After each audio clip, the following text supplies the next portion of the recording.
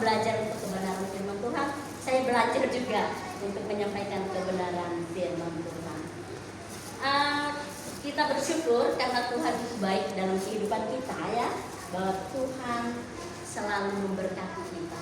Tadi Ibu Megar memberi waktu buat kita untuk bersaksi, tapi saya lihat semuanya mukanya berseri-seri. Berarti itu membuktikan bahwa Tuhan itu luar biasa, amin. Menolong saya dan saudara. Tuhan tidak pernah membiarkan kita. Puji nama Tuhan, mari kita sama-sama belajar dalam kebenaran firman Tuhan yang terdapat di dalam Mazmur pasal yang ke-34 ayat 7 hingga ke-8. Saya ulangi, Mazmur 34 ayat 7 hingga yang ke-8. Amin. Sudah dapat semua? Puji nama Tuhan. Di sini saya akan bacakan kebenaran firman Tuhan ayat yang ke-7. Malaikat Tuhan berkemah di sekeliling orang-orang yang takut akan Dia, lalu Ia meluputkan mereka. Ayat yang ke-8. Kejaplah dan lihatlah betapa baiknya Tuhan. Berbahagialah orang-orang yang berlindung padanya. Amin. Puji nama Tuhan. Ini di dalam Mazmur 34 ayat 7 hingga yang ke-8. Di sini yaitu ada 3 poin yang saya akan bagikan. Ada 3 poin firman Tuhan, yaitu Mazmur Daud. Kita tahu Daud adalah orang yang setia, taat kepada Tuhan. Yang pertama yaitu kita akan melihat di sini bahwa kita, dari yang pertama, kita bersandar kepada Tuhan. Yang pertama, kita bersandar kepada Tuhan. Karena kita melihat bahwa waktu kita takut, kita cemas, atau kita merasa terancam, ingat bahwa Tuhan itu tidak pernah meninggalkan kita. Bahwa kita mempunyai Allah yang luar biasa, yaitu ingat ada pos penjagaan. Pos penjagaan, kalau kita duniawi ada security ya. Mereka itu standby 24 jam, mereka jaga. Kemarin Dipa sama Ibu Dipa sama siapa kemarin ke mana? Ke batalion ya, ke batalion. Jadi mereka cerita, ini seorang anak tegak sampai nggak gerak. Terus mereka tanya berapa jam, sampai nggak ada, di tengah panas matahari nggak ada gerak begini, dia ini. Terus ada yang bilang 24 jam, mati 24 jam sampai nggak bisa gerak, nggak bisa, minta air minum nggak bisa. Tetapi itu mereka menjalankan tugas mereka. Mereka secara bergiliran. Kita bangga mempunyai Allah yang luar biasa, bahwa kita mempunyai Allah, mempunyai pos penjagaan dari Tuhan, amin. Yang tidak pernah lalai ya, tidak pernah sedikit pun lalai. Kita lanjutkan di sini bahwa ingat ada pos penjagaan Tuhan, yaitu malaikatnya berkemah di sekeliling kita. Luar biasa. Tuhan kita mempunyai penjaga yang luar biasa. Bukan secara manusia, penjaga manusia. Manusia mungkin walaupun demikian mungkin bisa ya ngantuk ya gini, tapi nggak kelihatan mungkin gini. Tetapi kita bangga mempunyai Allah selalu melindungi kita. Tuhan penjagaan kita. Dia setia ya.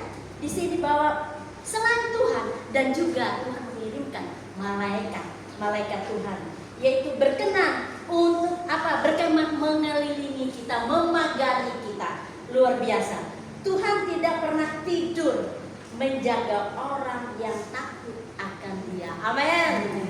Tuhan tidak pernah tidur yang takut akan Dia. Tuhan selalu menjaga dia. Itu poin yang pertama. Sekarang kita lanjut poin yang kedua. Iman itu harus dicicipi. Karena ayat 8 lihatlah dan kecaplah ya. Yang dikecap apa? Kebaikan Tuhan.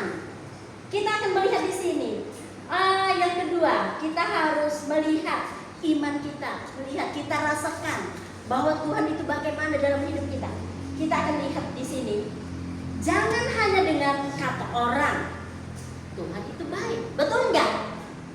Jangan hanya kata orang, oh Tuhan itu baik, Tuhan itu luar biasa. Tetapi Tuhan menginginkan apa kepada kita?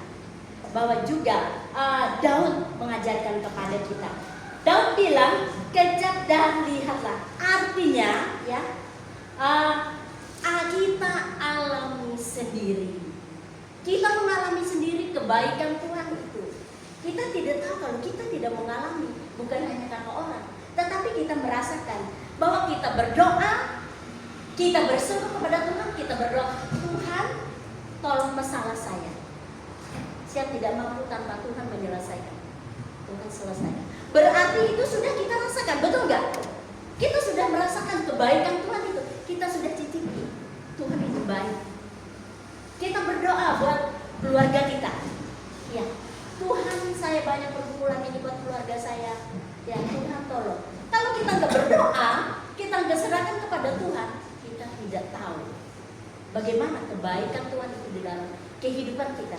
Tetapi di sini dikatakan bahwa artinya kita berdoa dan berserah ya kepada siapa? Kita berserah kepada Tuhan. Baru kita merasakan kebaikan Tuhan itu nyata di dalam kehidupan kita. Karena doa kita berseru, asal kita nggak bisa apa-apa, jalan buntu. Tetapi pada saat kita datang kepada Tuhan, setelah kita berdoa, ada sukacita yang luar biasa. Kita merasakan kebaikan Tuhan itu. Kita sudah mencicipi kebaikan Tuhan itu. Itu maksudnya. Terus poin yang ketiga. Poin yang ketiga bahwa di sini Tuhan adalah sumber bahagia orang-orang yang benar. Tuhan adalah sumber bahagia orang-orang yang benar. Dunia bilang bahagia, memang dunia bilang saya orang itu bahagia, dia banyak uang, dia banyak harta, semua terpenuhi. Itu secara dunia bahagia ya. Secara dunia kita lihat bahwa mereka bahagia. Tetapi secara rohani belum tentu mereka bahagia. Kita tidak tahu apakah betul ada kebahagiaan dalam keluarga mereka. Tapi di sini firman Tuhan mengatakan pada kita ya, dunia bilang itu bahagia, uang banyak, usaha lancar, ya. Tapi itu belum tentu bahagia di dalam Tuhan. Belum tentu itu bahagia ya di dalam kita lihat secara manusia, secara duniawi. Enak dia tuh nggak ada kekurangan, semua serba ada, tidak ada kurang suatu apapun. Benar nggak? Kira-kira ibu benar nggak? Kalau kita menilai secara manusia ya, secara duniawi, kadang kita juga ya menilai wah dia tuh banyak uang ya, dia punya segala-galanya.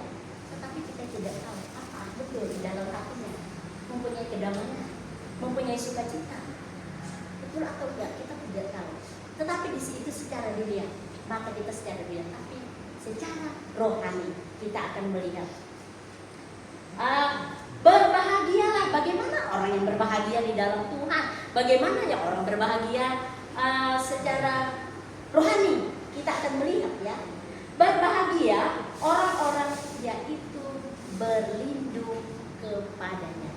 Orang-orang yang berbahagia berlindung kepada Tuhan, berharap kepada Tuhan, menyerahkan hidupnya kepada Tuhan.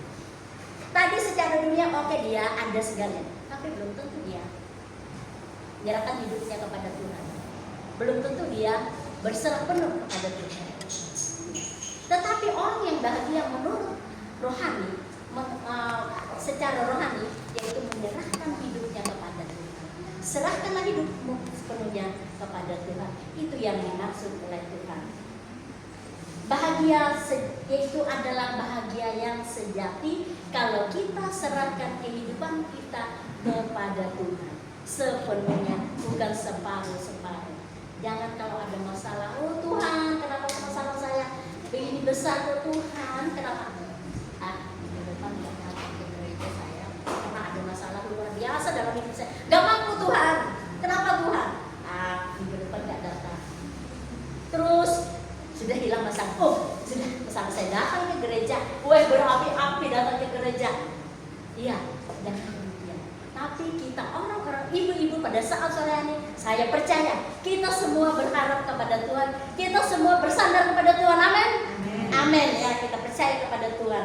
Bahwa bukan hanya saat kita senang saja kita berharap kepada Tuhan, kita serahkan hidup kita kepada Tuhan. Pada saat kita menghadapi pencobaan, menghadapi kesusahan, apapun kita serahkan kepada Tuhan. Kalau yang demikian, kalau pada saat senang baru datang kepada Tuhan, pada saat susah jauh dari Tuhan, itu bukan anak Tuhan ya. Tapi di sini bahagia itu adalah bahagia yang sejati, bahagia yang sejati, bahagia yang luar biasa, yaitu datangnya dari siapa? Dari Tuhan kita Yesus Kristus. Itu tempat apa? Tempat kita berlari. Kita pertama berlari kepada Tuhan. Bukan kita terakhir berlari kepada Tuhan, tapi pertama kita lari kepada Tuhan. Jangan masalah saya gini. Malah di ngompol. Tapi kalau kita berlari, kita pertama Tuhan, masalah saya. Tuhan tahu. Tuhan akan mendengar doa-doa kita.